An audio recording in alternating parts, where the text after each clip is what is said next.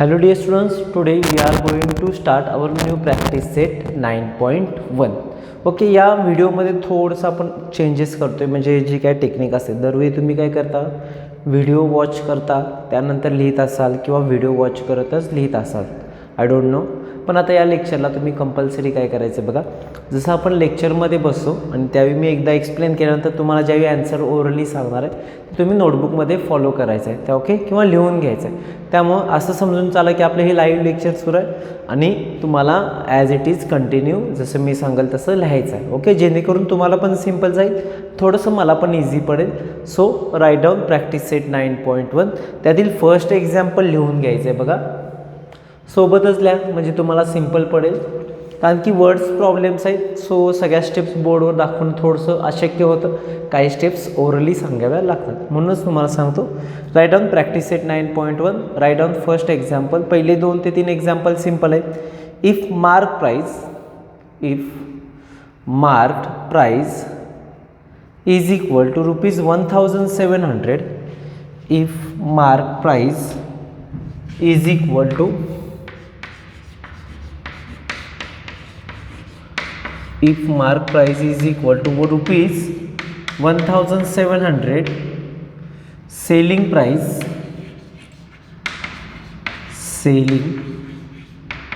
price is equal to ₹1540, then find discount. आता discount काढणं एकदम सिंपल आहे.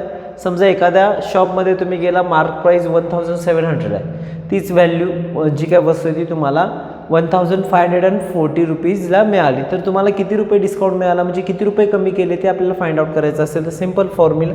So in answer you have to write down discount. Simple आहे बघा example. Discount is equal to mark price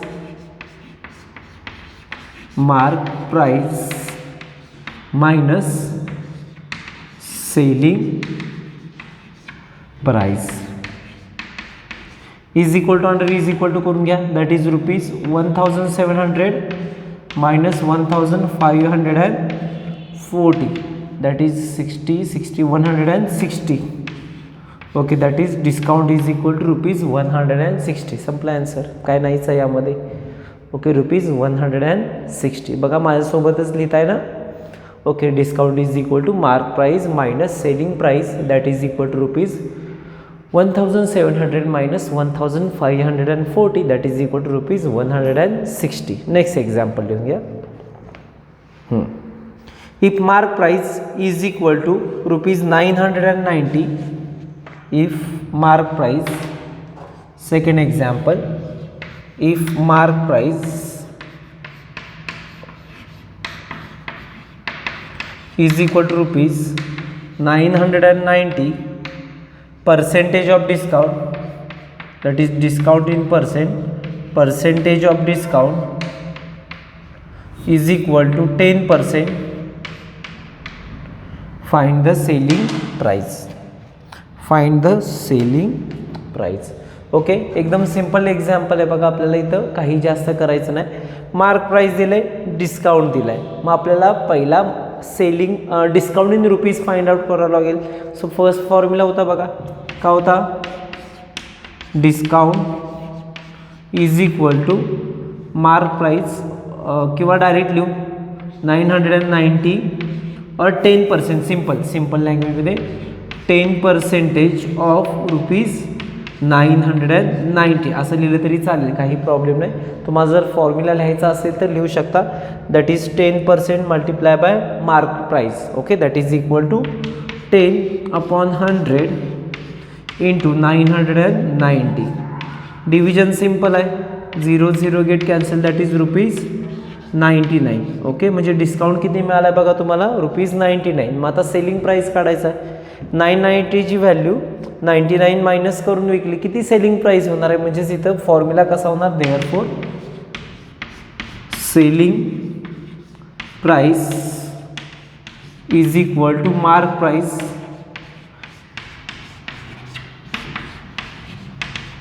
minus discount.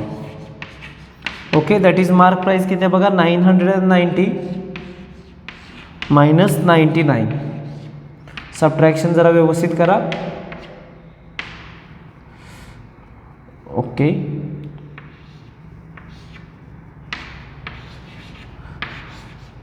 ₹881, ₹881 sorry 91 हा तुमचा काय राहील, सेलिंग प्राईज राहील. ओके, हे दोन फॉर्म्युले तसे सेमच आहेत, फक्त जागांच्या अदलाबदल केल्यामुळे ते होतं. म्हणजे मायनस सेलिंग प्राईज इकडं आल्यामुळे प्लस झालं आणि प्लस डिस्काउंट तिकडे गेल्यामुळे मायनस झालं. म्हणजे दोन्ही फॉर्म्युले तर सेमच आहेत, फक्त आपण जो काही यूज केला तो डिस्काउंट इन रुपीज, डिस्काउंट हा नेहमी मार्क प्राईजवर काढला जातो, एवढं लक्षात ठेवा. ओके, चला नेक्स्ट एक्झाम्पल लिहून घ्या. झाला असेल तर write down with me. Example number 3. If a selling price is rupees 900, if selling price is rupees 900,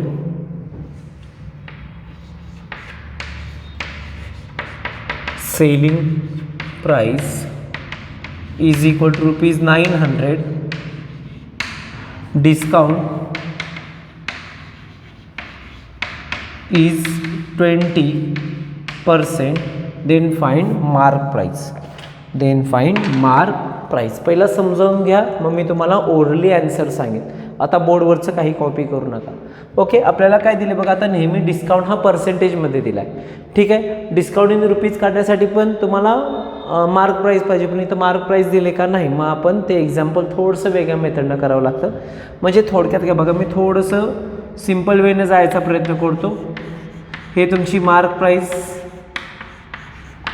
okay, त्यानंतर डिस्काउंट, मग या दोन्हीचं सबट्रॅक्शन केलं की तुम्हाला काय मिळेल, सेलिंग प्राईस. हे शॉर्टमध्ये आहे, बोर्डवरचं काही लिहायचं नाही, मी तुम्हाला ओरली आन्सर सांगणार आहे. ओके, मार्क प्राईस किती, आता समजा मार्क प्राईस आपण समजा 100 रुपीज घेतली. ओके, किती रुपीज घेतली, 100 rupees.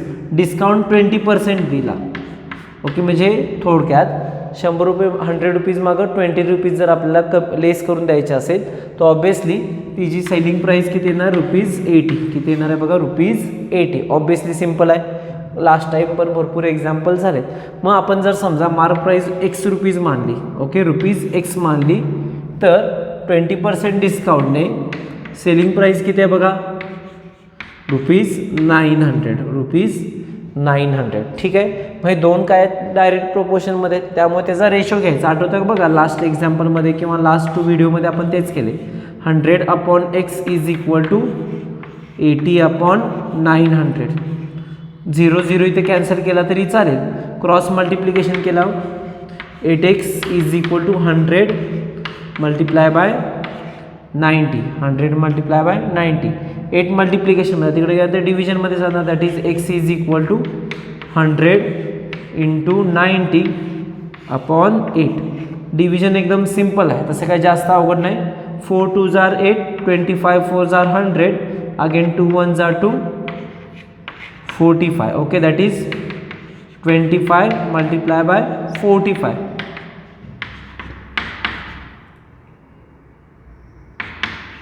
That is 100. Okay, that is ₹1125. एकदा फक्त क्रॉस चेक करूया, एक ॲन्सर बरोबर आहे, फक्त चुकून एखादा इकडं प्लस मायनस होऊ शकतं. ॲन्सर बरोबर आहे बघा, ₹1125. आता हे लिहायचं कसं. ओके, हे जे काय आपण शब्दात एवढं शॉर्टमध्ये लिहिलं ना, ते फक्त आपण इन डिटेलमध्ये लिहायचं असं. So write down in your answer, write with me. मी तुम्हाला सांगेन बघा,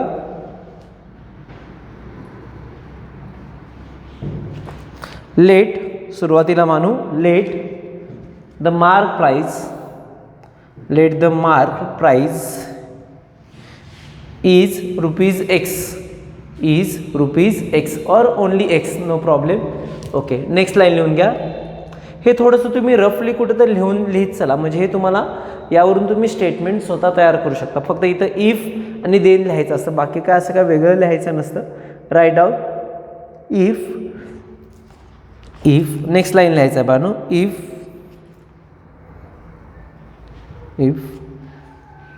the mark price was ₹100, if the mark price was ₹100, the discount the discount, बघा मी सॉल्व एक्झाम्पलची थोडी हेल्प घेते तुमच्या टेक्स्टबुकमधल्या. The discount given was 20%. The discount is given was 20%. Therefore selling price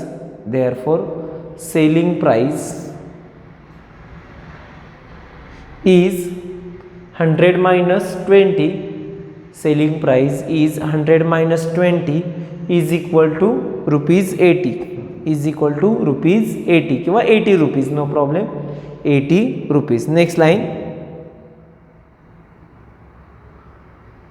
if mark price is rupees x, then selling price is rupees 900. Okay. Therefore आता हे सगळं बोर्डवरचं लिहून घ्यायचं आहे. हे तुम्ही रफली लिहायचं म्हणजे तुम्हाला स्टेटमेंट तयार करायला सिम्पल जातं. देअरफॉर 100/x म्हणजे लक्षात आलं का, 100/x टेक्स्टबुकमध्ये थोडंसं वेगळ्या मेथडनं केलेलं असं. 100/x is equal to 80/900. 100/x is equal to 80/900. Therefore 8x is equal to 0 cancel केले आपण. 8x is equal to 100 multiply by 90. Therefore x is equal to 100 multiply by 90 upon 8. Okay. Therefore x is equal to 25 multiply by 45. X is equal to 25 multiply by 45. Therefore x is equal to rupees 1125.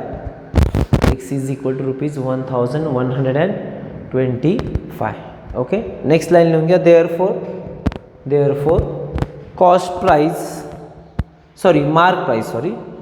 mark price is equal to rupees 1125. Okay, write down for the example. सोबत लिहून घ्या Bano. The mark price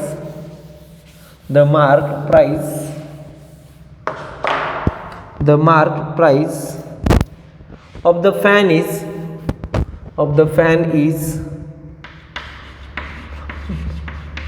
fan is rupees 3000 or 3000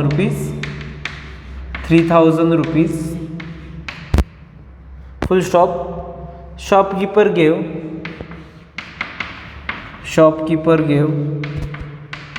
12% discount. Shopkeeper gave 12% discount on it. Find the total discount and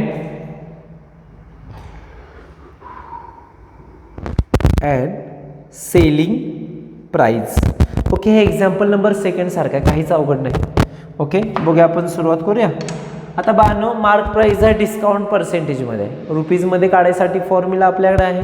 so discount कसं येणार बघा, discount in rupees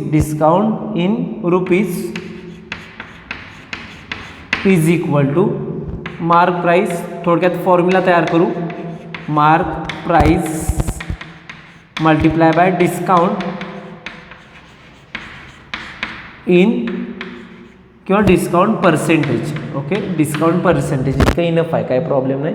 discount in percentage. आता mark price किती आहे Bano, rupees 3000. That is 3000 multiply by 12% means 12/100. 0 0 0 0 get cancel. 12 3 36 and that is discount in rupees किती येणार बानो, 360. मग आता सेलिंग प्राईस काढणं किती अवघड आहे? नाहीच ना. That is therefore selling price त्यांनी काय विचारले? ऑफ द फॅन म्हणून. Selling price of the fan is equal to mark price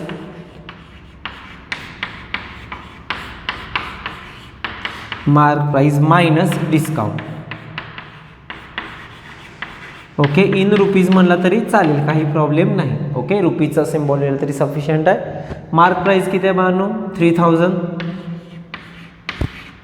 minus discount किती जस्ट काढला? ₹360. 0 - 0 0 4 6 and that is 2640. That is 2640. हे एक्झाम्पल तुम्हाला कंपल्सरी आले पाहिजेत, कारण की तुम्हाला हे डेली लाईफमध्ये यूज करायचे आहेत. ओके, अशा पद्धतीनं आपण टोटल 8 एक्झाम्पल्स आहेत. त्यापैकी आपण किती एक्झाम्पल सॉल्व केलेत? 4. आता लवकरच नेक्स्ट व्हिडिओमध्ये आपण आज जसं केलं म्हणजे लाईव्ह लेक्चर घेतल्यासारखं आपण ते व्हिडिओमध्ये नेक्स्ट लेक्चरमध्ये किंवा नेक्स्ट व्हिडिओमध्ये आपण कंप्लीट करणार आहोत राहिलेले टोटल 4 एक्झाम्पल्स. कारण की 4 झालेत, 5 6 7 8 हे टोटल 4 एक्झाम्पल्स राहिलेत. एका व्हिडिओमध्ये तसं इतकं मोठं बसवता येणार नाही कंटेंट, त्यामुळे आपण हाफमध्ये हे डिवाइड केलं प्रॅक्टिस सेट 9.1. सो नेक्स्ट लेक्चरमध्ये आपण काय करूया? नेक्स्ट एक्झाम्पल बघूया. सो आजच्या लेक्चरला आपण इथेच थांबतो. Have a good day. Thank you. एकदा रिवाईज करा परत हे.